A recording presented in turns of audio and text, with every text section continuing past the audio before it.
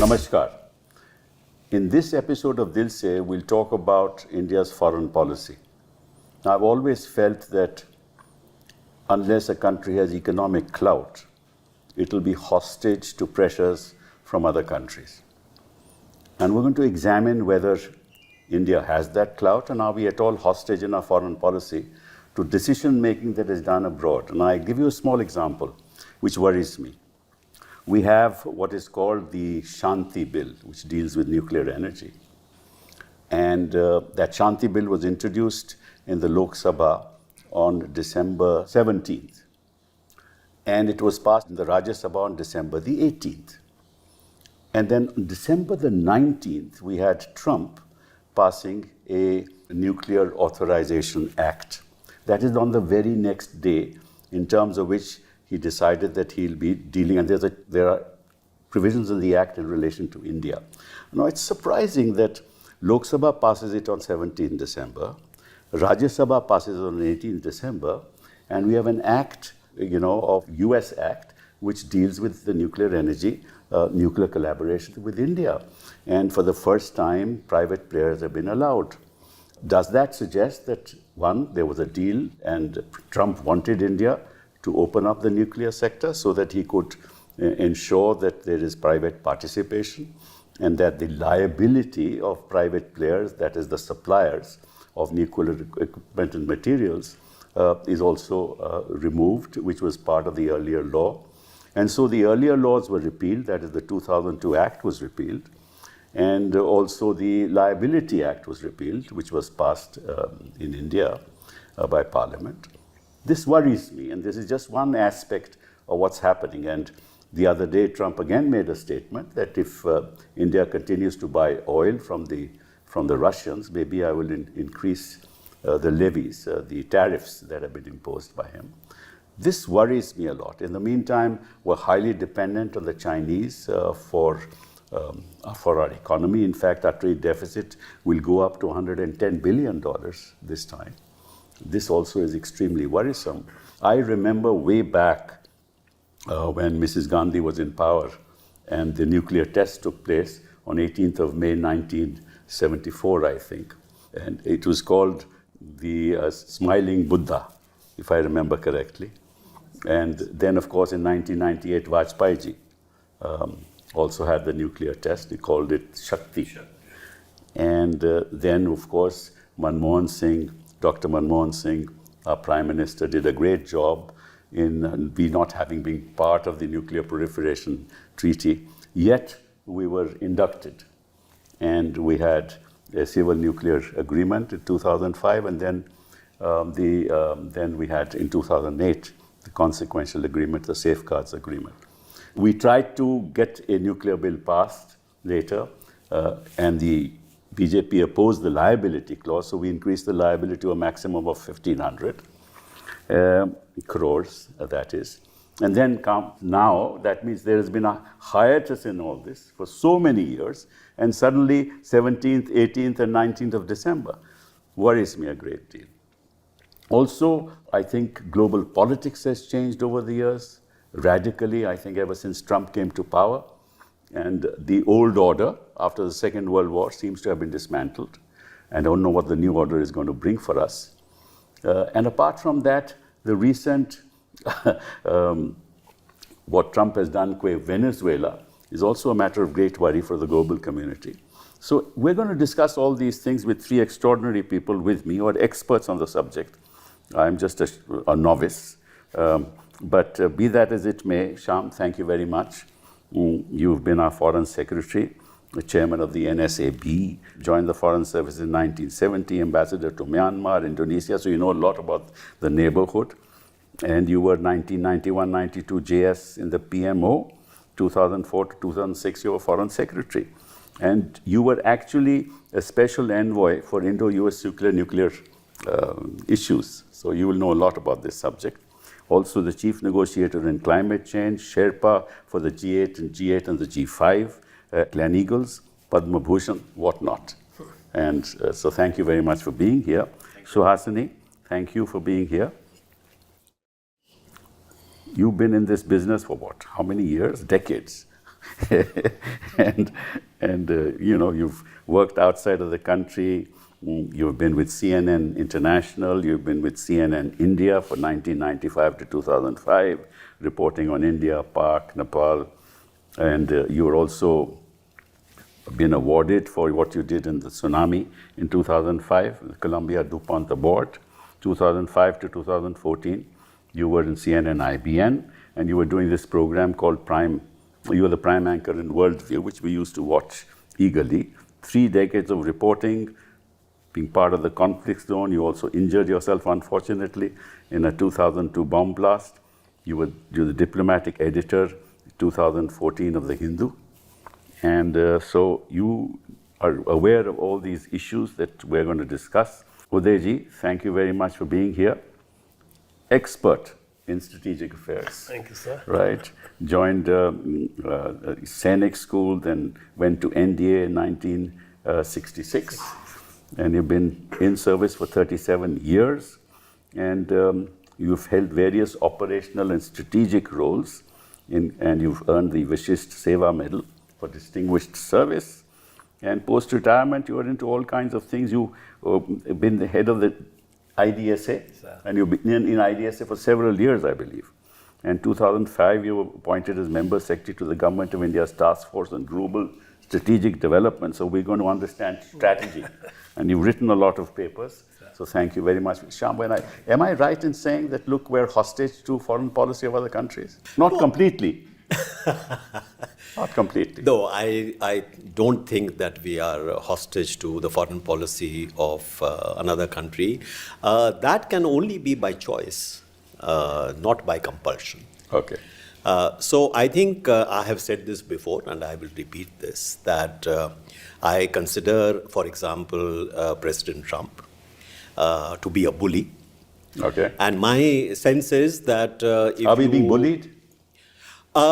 I think we have so far quietly still resisted. Okay. But who knows what is going to happen in the future, because he doesn't seem to be backing down. For example, with regard to the Indo-US trade deal, my understanding is that most of the terms and conditions have been agreed, perhaps were agreed twice over. Right. And yet, when this goes up to him, for whatever reason, he seems to say no. That's exactly. So I don't think there is any kind of rationality behind the decisions that are being taken. And therefore, if you are representing a state, if you are a state, then you cannot deal on the basis of irrational impulses of a leader on the other side. So the only way to deal with this is really to look after your own interests, to prevent being, pressurized. Unfortunately, many others have succumbed to that. And what has been the record? If you look at those who have succumbed, are they any better off? They are not. I mean, look at the European Union, for example. Right. Despite the fact that they have actually accepted a very asymmetrical kind of a trade deal, it is still the case that they are getting bullied, for example, on the digital trade. Right. So my sense is that so far, I think quietly we have managed to, still. You think we've stood our ground? Stood our ground, and rightly so. Okay. Because I do not think that making further concessions is going to serve our interests. But are we in a difficult situation? We are in a very difficult situation. I believe that perhaps this may be one of those periods where we are perhaps more vulnerable than we have been perhaps in the past. So 17th, 18th, 19th December, doesn't worry you, those dates? That just seems to me that, why would this happen? So, as far as the nuclear issue is concerned, yes. Talk about that. I may have to just explain to you the background. Yes. This particular bill, the Shanti bill, has actually joined together, and perhaps that was not the right thing to do, 3 different things altogether. Yes. Okay. One is the liability issue. The second is with respect to the regulatory aboard. Right. And the third is bringing the private sector in. Yes. These are the three elements. These three should actually be very separate elements. Now, if you are looking purely at the liability issue, the reason, if you remember, we had this great controversy Yes. in 2008, 2009, was because it was linked to the Indo-US nuclear deal. Yes. When it had nothing to do with the Indo-US nuclear deal. Right. This whole liability convention, international liability convention, actually was under negotiation for several years in the aftermath of the Chernobyl That's disaster. right. That's right. So, it has a much longer history. It had actually nothing to do with the Indo-US nuclear Yes. deal. Yes. Now, the international convention asked you to do only two things. One was you need to identify a single source through which, should an accident occur, you would be able to immediately distribute assistance to those affected without waiting who was responsible, who was not responsible. For that, you need a fund, Because what you remember what happened with Chernobyl. That's right. Okay. Oh, we don't know who was actually responsible. Now, second thing was, not only should you determine who's the agent, secondly, you should determine to what extent his financial liability will be. Correct. Only these two things. Right. So it was not that the operator would be legally liable, Right. but he would be financially liable up to a certain point. And if it was, say, $300 million, this was left to you. Yes. If it was $300 million, you take an insurance policy for $300 million. What is the premium you add to your tariff? Right. Simple. While if you have that model legislation, it entitled you to get money from the international fund which was set up under the International Liability Convention, Right. if such an accident. That was the simple, straightforward, the role of this legislation. Correct. Now they got mixed up in various other things. With regard to supplier, No, because that 17B of the old act has now been repealed. yes. But you see, the thing is, the government is arguing today, as far as I know, is that as far as the supplier's liability is concerned, that's a commercial. It's contractually can be done. But which supplier, given the kind of clout they have, which supplier Well, maybe that's a different issue. No, but that is the the fact is that even in the past, the liability of the supplier was part and parcel of contractual obligations. In the case of, for example, Russia, you did not even have that. Yes. If you look at the Rosatom NPCIL agreements, there is actually no liability. Right. So I think we got mixed up in different kinds of things here. What is very important is, number one, you should make certain that you have a legislation which entitles you to access that international fund. That is one issue. Second is with regard to bringing the private sector in. Very important, but that needs very, very careful kind of drafting Right. as to how you bring them in. It's not only Indian private sector, it's also foreign. Right. Absolutely. Now, that I'm not sure that due diligence has been Which done. country in the world, apart from the US, allows the foreign private sector to come in? I mean, I don't know of any. I may be wrong. I'm not very certain whether there has been. The one case that I know of is the French building a nuclear power station in Finland, which of course went on for a very, very long time. But I'm not sure whether there has been. The Chinese, for example, were building one in the UK at Hinchley, which then it was. It was controlled by the state. I mean, there's no private investment there. Even with France. The French law is completely controlled by the state. French law is, but the entity is a commercial entity. Maybe so, Yeah. maybe so. But it functions under the So even state. with the previous liability bill, the only entity in India was the public sector entity, That's true. the NPCI. Correct, I agree. I mean, you allowed private sector to come in as joint venture partner. That but is, not that is as- allowed under this. Now it is allowed. Correct. No, for that particular reason, it is extremely important that should be very, very carefully drafted. That is second part. Third part, which is very important, perhaps even the most important thing, is the Atomic Energy Regulatory Board. That's correct. Now, in such a sensitive sector, you really need a very highly empowered and Independent. independent board, From the which central also government. has, very well-known experts. That's correct. Now, that is not very clear. You have given it a statutory authority, but what will be the composition? Who will determine? Because if it is to be independent, then it's very important that there must be a distance from the government, distance from the operator. So I would have thought that these are three things which should be actually looked at separately. Thank you very much. Suhasini, what's your take on all this? Well, I think to begin with, there's no question that we needed to change the law if we wanted to go ahead with particularly the US, but also other foreign suppliers. Because since 2010, since 2012, when the act was passed, under pressure from the BJP, Yes. that called it a sellout. Correct. Since then, no actual contracts were completed. In 2015, Obama came to India. Obama and Prime Minister Modi stood together, said nuclear deal is done. It was never done. The MOUs that were signed, and over time we saw some more being contemplated, never led to a contract. And the main issue was liability. So EDF in Jaitapur, whether it was the US, Westinghouse changed hands and all of that, and its plans in Vizag in Andhra Pradesh, or whether it was even the new Russian reactors, nothing actually got done. No contract actually got done. So there was a problem. It had to be fixed. Secondly, India needs a huge base load in the next few decades of electricity. Nuclear is one place to get it, and with these new, what are called SMR reactors, that small modular reactors, it is necessary to have some kind of change in the law to bring all these in. My real question would be, firstly, the legislation itself. Has it actually clarified these issues? I think Dr. Tharoor in Parliament said instead of a nuclear bill, it is an unclear bill.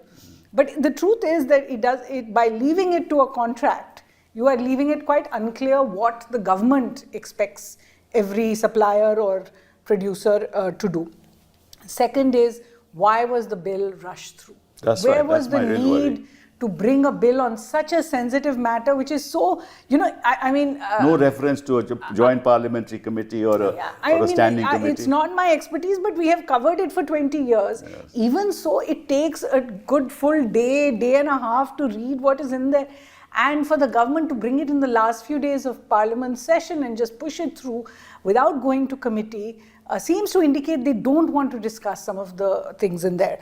You don't indicate that there's some pressure from outside because 19th. Yes, I think that on 19th December. But that was there even earlier. If you remember, the first announcement that the Nuclear Act was going to be changed came in the budget speech in February, just a week before Prime Minister Modi was going to Washington. And in that speech, Finance Minister Nirmala Sitharaman first announced, we will be making changes. It had no financial implication at that time, but she made the announcement. So that when Prime Minister Modi went to Washington, it was in the joint statement that now that and Mr. Trump has on 2 occasions said, I'm very happy that India is changing its law. So there's no question that this was part of the discussions. Even if it was, I think there are 4 issues where I would say there is concern. One, on the liability, the fact that the supplier liability word has been removed completely. What is it being replaced by? The second... They say contract. You can still have supply liability through a contract. But it doesn't say exactly... Recourse. It doesn't say what is the oversight of that contract. Who's going to watch each of these contracts? They say 2 private closely? parties will negotiate. Exactly. Is that going to be to the best of the public interest of India? How will it be? The third is the fact that they have arrogated for themselves the power to get land, the power to take over populations, that kind of thing is always no difficult. EIA study, nothing of the sort. Difficult for the people involved, and there will be protests over that. The fourth is that Ambassador Saran spoke about Chernobyl. We of course have the terrible history of Union Carbide. But this bill came about before Fukushima. And when we look at Fukushima, this is the Japanese nuclear plant that had a leak. When we look at Fukushima, by 2016, they had already estimated that the cost of the cleanup was $200 billion. By 2023, a new survey came out that said by the time the cleanup is done in 40 years, it will be $447 billion. In that scenario, to look at saying that we are capping at $300 million makes no sense at all, because the numbers that are required are far larger. And I think the fourth problem I would have is to take away all civil right of recourse. You cannot go to a court, period. You can only go to There's an this, appeal provision. it's only for this specially set up commission. Yes. No jurisdiction for a common person who, could lose everything, health, family, land and all the rest, to actually go to court. So that's where I would say that I'm surprised that the government bringing such far-reaching changes, you've replaced 2 acts. Yes. After all, the 1962 as well as the 2010. That's right. When doing that, did not want a larger debate in Parliament. Well, let me take you up on what you said, that when our Prime Minister went to the US, this was already on the cards. Let me tell you what the National Defense Administration Act, NDDA of 2026 says. It has a special provision, page 1912, mandates a joint US-India consultative mechanism under the Strategic Security Dialogue to assess the 2008 Civil Nuclear Agreement and, quote, discuss opportunities for India to align domestic nuclear liability rules with international norms, close quote. The US welcomed the reform, signaled revived cooperation, while critics argue it socialized risks for taxpayers while easing entry for vendors. Now, it seems to me that we aligned ourselves with the US saying this is what we're going to do, and immediately thereafter, and this was already agreed upon, the US passed this law on the 19th of December. This is what is indicated, right? So we are tailor-making our nuclear energy policy prescription to what the Americans want, which is why I pose the question, are we being held hostage to this? Because if we didn't have this, the Americans wouldn't have had this. Well, this particular, that India should align itself with international norms, this is not a new demand. No, I know from the that. US. I know But that. now to Yeah, consult. this has been, Yeah. But also I agree the with you. international norm is the International Nuclear Liability Convention. Correct. Which is not a US law. You are or right, not- you're right, you're so right. what the US is saying, that this is now the international law to which you have also, given your assent. Yes. You are now a part of that International Liability Convention. Absolutely, absolutely. So if you are, then asking that you should align yourself with this particular No, convention, I cannot. No. We cannot criticize. I'm only saying. No. I'm the link between the Yeah. US and this. I mean, it's not that the US is demanding that you should do something that the US. No, what I was saying was the provision for private players, the provisions for removing 17B. These are all must have been discussed. Yeah, I mean, so- I can't imagine. No, that I agree.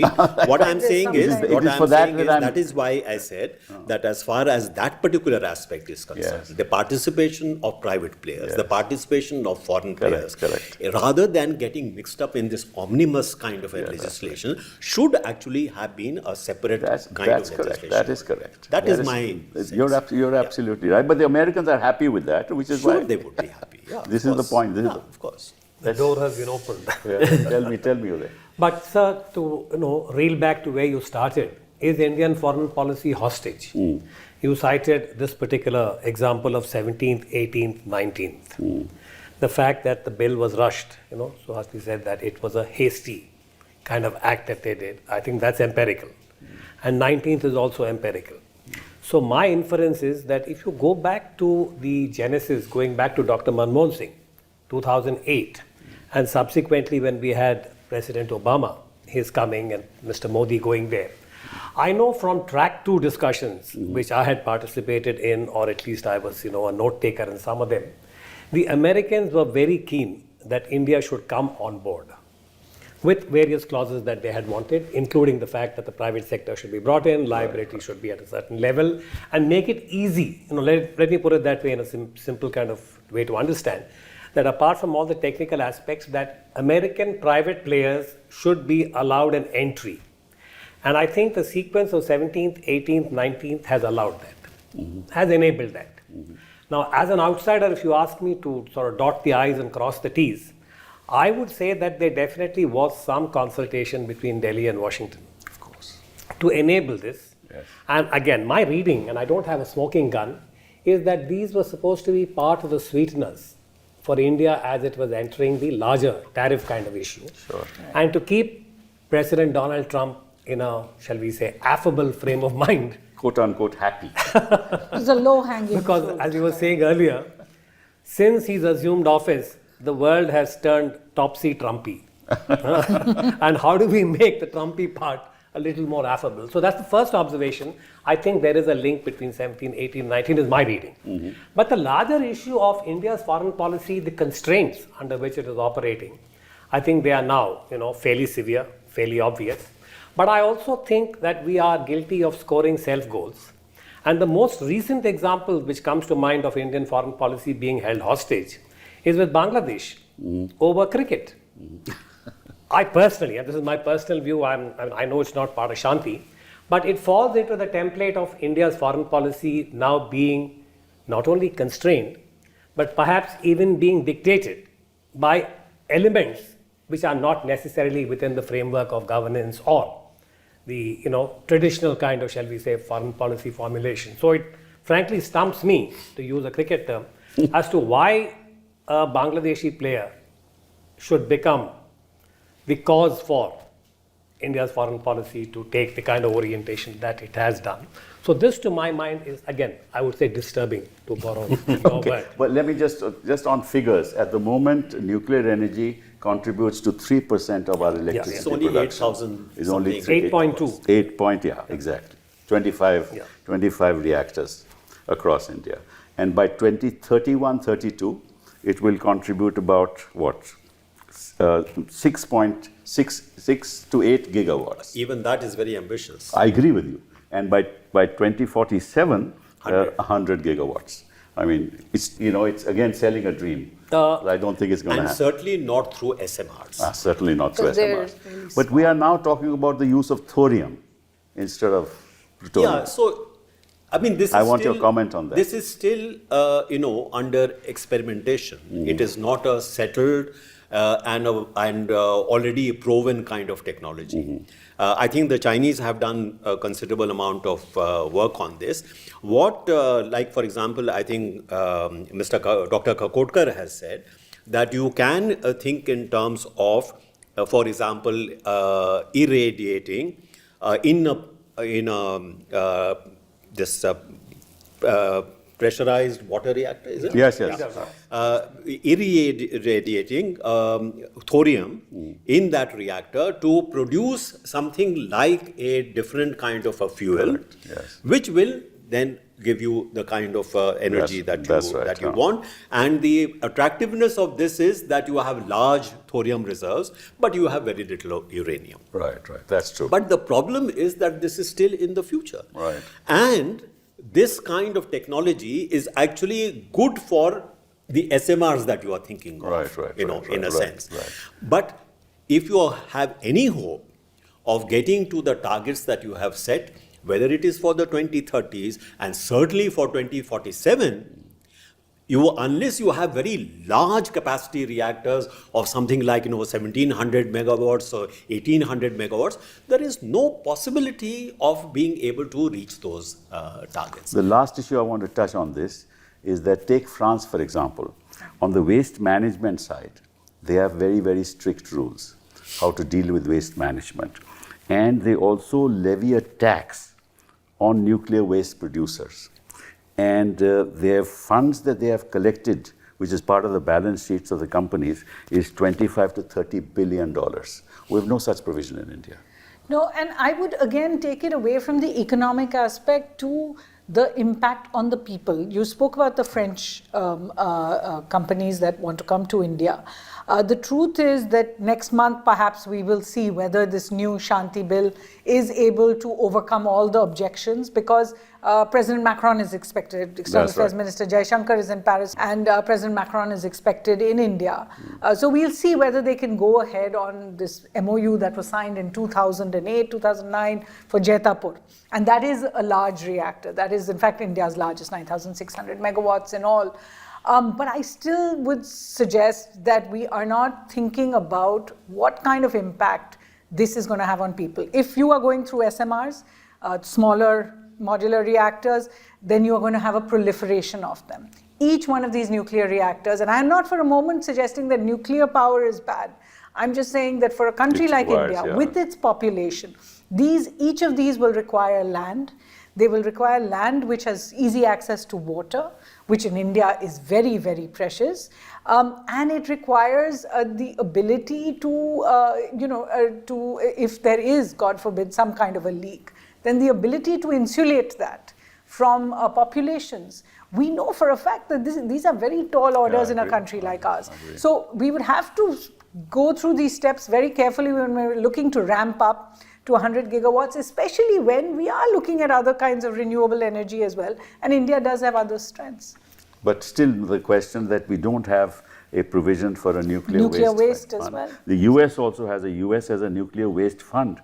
Well, we had some kind of strategy, if you remember originally, that was we won't have a nuclear waste problem if our plants actually expand, because we will be reprocessing the spent fuel, creating plutonium, and that plutonium will become the fuel for the next set of reactors. So there was a certain kind of internally consistent plan. But that's at missing. the moment, that's missing here.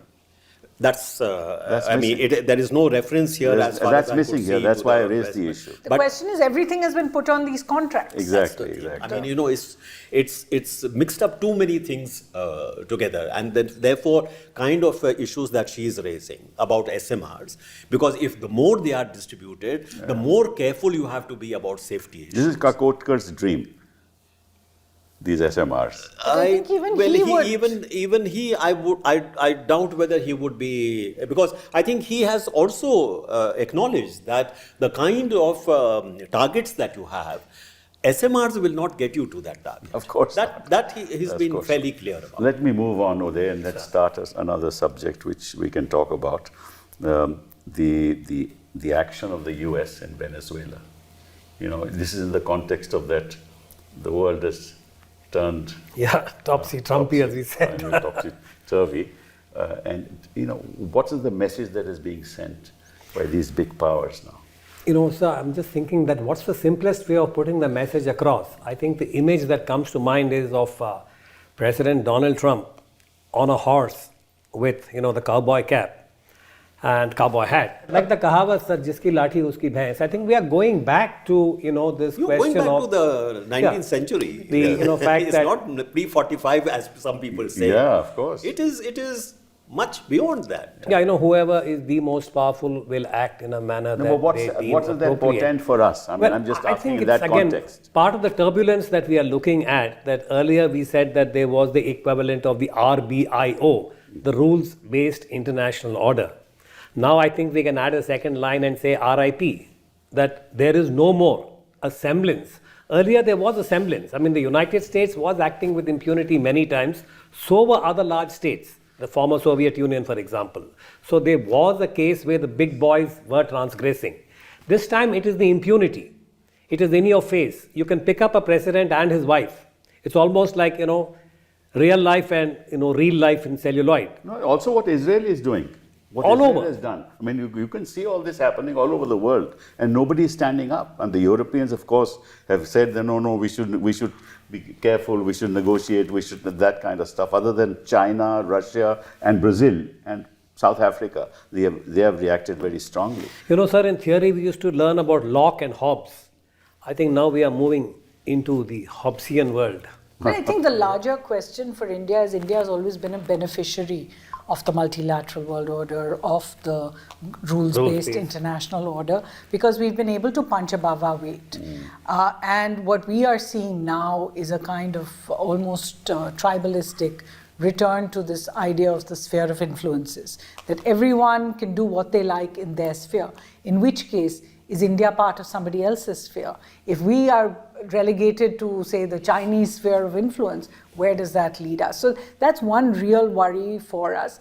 I think the second is the idea that the economics of it all are just being thrown out of the window. India has suffered, we don't like to say it, but in the last 1 year, through these unilateral acts of Mr. Trump, India has suffered economically. What is Mr. Trump doing in Venezuela? He wants access to the oil, possibly the gold, the coal, the iron ore as well. What is he upset about with India when it comes to buying Russian oil? That India was able to make some money out of the discounts, but that the US has not. And so they now were fueling the war and helping Russia. This is what he was saying. I would say that he's more upset about the profits not being booked to him than he is about the actual war. So we are hostage then. We are agreeing to all this. I mean, when I started off by saying, what choices do we have? Because if he increases tariffs, look at the 20-30% of our exports are being, 40% are being affected by all this. I think on one of your shows earlier, I'd said that very crudely put, we have three options. We can either give in, or we can put up, or we can hit back. Now, nobody suggests that hitting back is a good idea against a much larger power. Nobody is suggesting that putting up also or giving in are great ideas. Right. I think the only answer is try and do what Indians do best, play for time.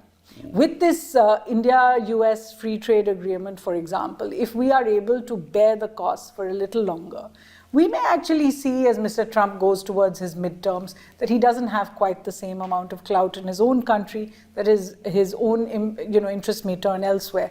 If the war in Ukraine comes to some kind of a pause, for example, you may see that some of the surcharges on Russia are taken away. My own sense would be that no, as you're quite right, that we may not have those tools to fight back right now. But in the process of giving in, we are giving up much larger principles than we would have before. Even if you look at our response to Venezuela, for example. Yes. 40 years ago, the US did something similar by taking the Panamanian president, Noriega, convicting him in the US as well. India was a much weaker country, right? We stood up. Foreign Minister I.K. Gujral in Parliament stood up and said, we deplore, we condemn this act. Right.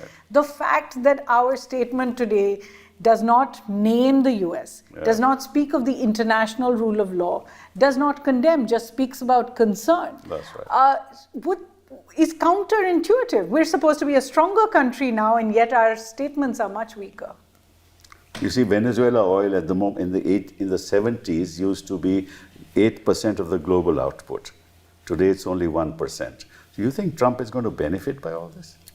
Even if he thinks he's going to benefit from it, this will not happen overnight. Yes. It'll be several years of very, very heavy investment. And they have the largest reserves in the world, I believe. Yes, but most of it is tar sands. Yes. So tar sands are not so easy to actually exploit. So it's a bit of an exaggeration how much there is in terms of reserves.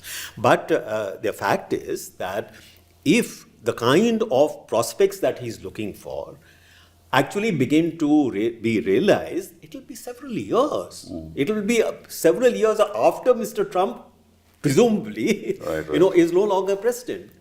So I'm not very sure what the calculation here is. Secondly, at least from the initial reports that I see, none of the important US oil companies seem to be at all interested in putting in billions of dollars into Venezuela.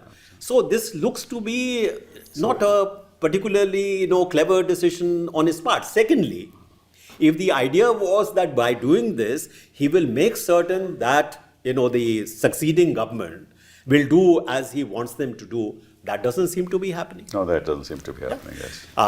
Some people may argue that, this is the initial response, it will happen, but doesn't seem to be the case. And if you look at the American record of such interventions, none of them have actually turned out well. Absolutely. I mean, look at Iraq, what they did in Iraq and what's happened there. I have no reason to believe that this would be different.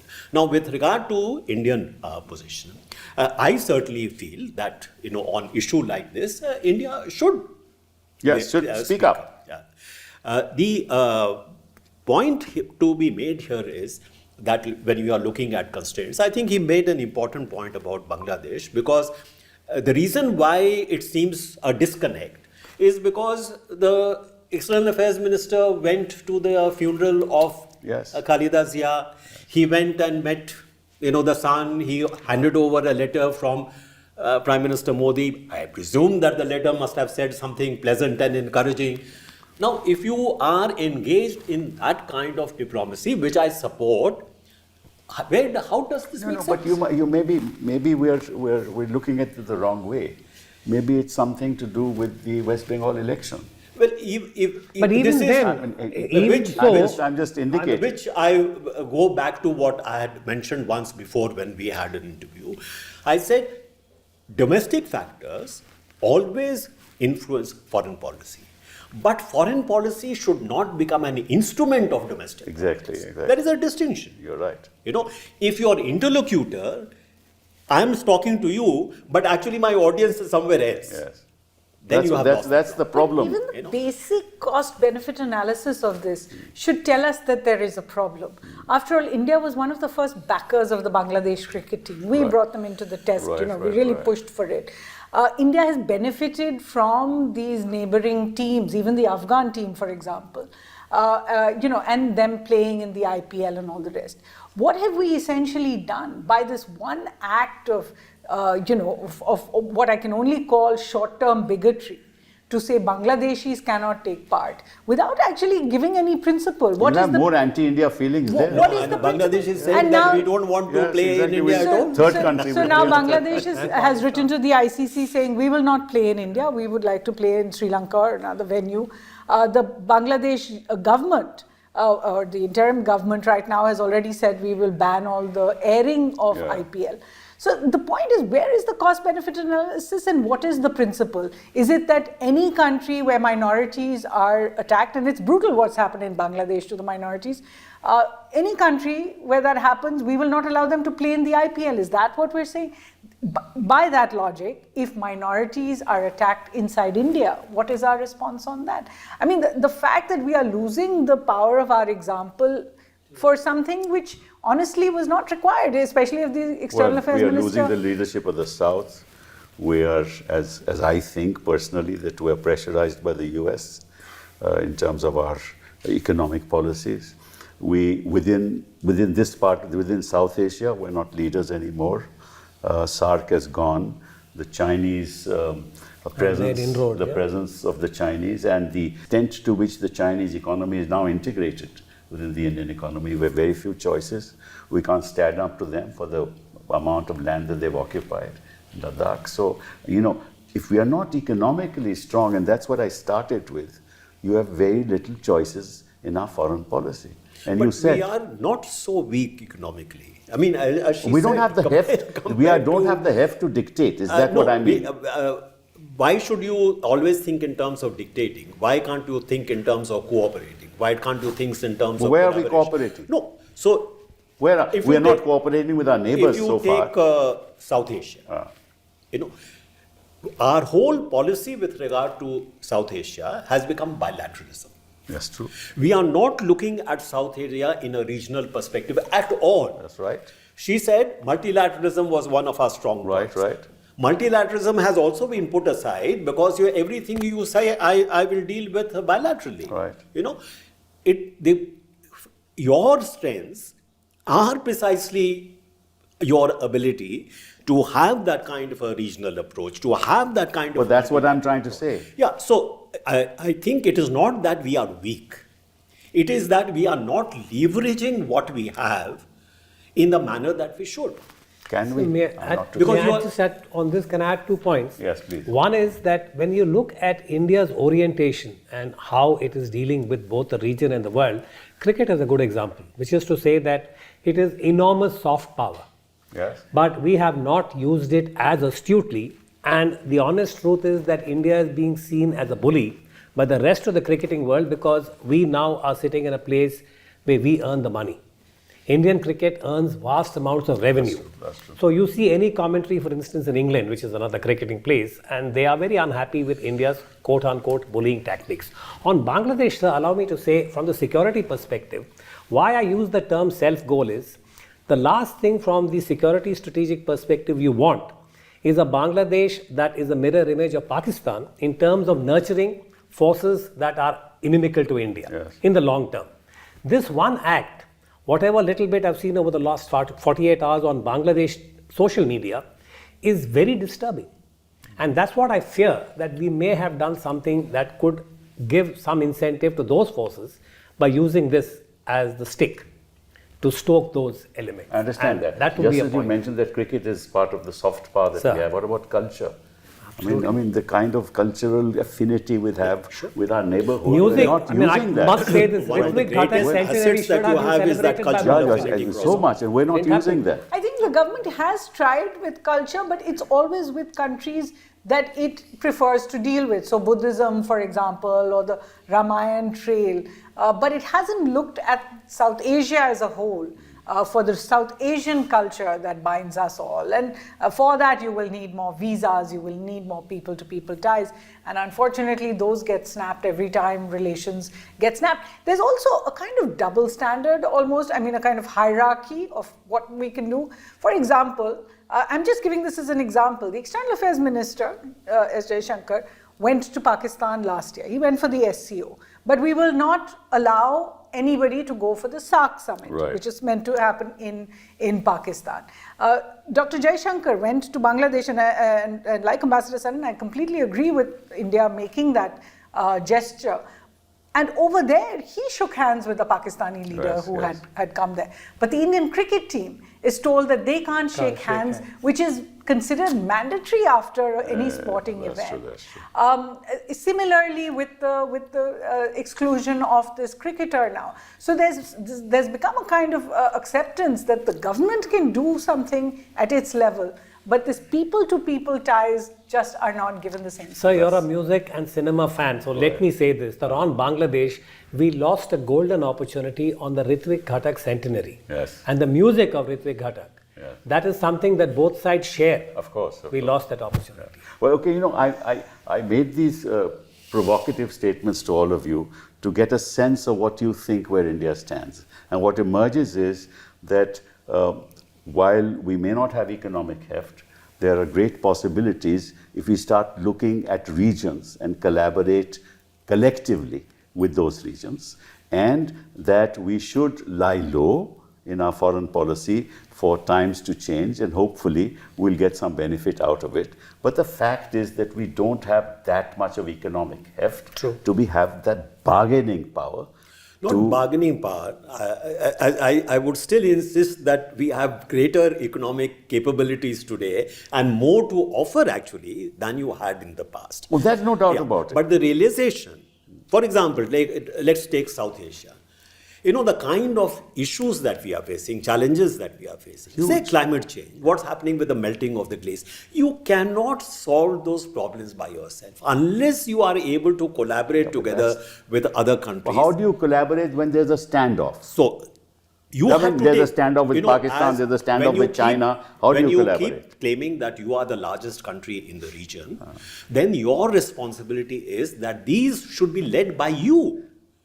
So, but that's the point I'm making, but we're not doing that. Yeah, that's because, as I said, we are always looking at a bilateral way of dealing with this. Now, you may have had some successes. For example, I think we did a good job in responding to the crisis. Even with in Sri Lanka, we did a good job. We did a good Sri Lanka, job we did a with the good job. Maldives, Yes. in terms of, Yeah. bringing it around. Yes. Why can't that attitude be actually regionalized? And we not continue to just- keep a relationship with Bhutan. Yes, Bhutan, and yes. not just here in South Asia, but the rest of the world also. We should be Yeah, but at collaborating. least start here. Well, thank you very much. This has been a wonderful discussion. Thank you. Thank you. Thank you very much.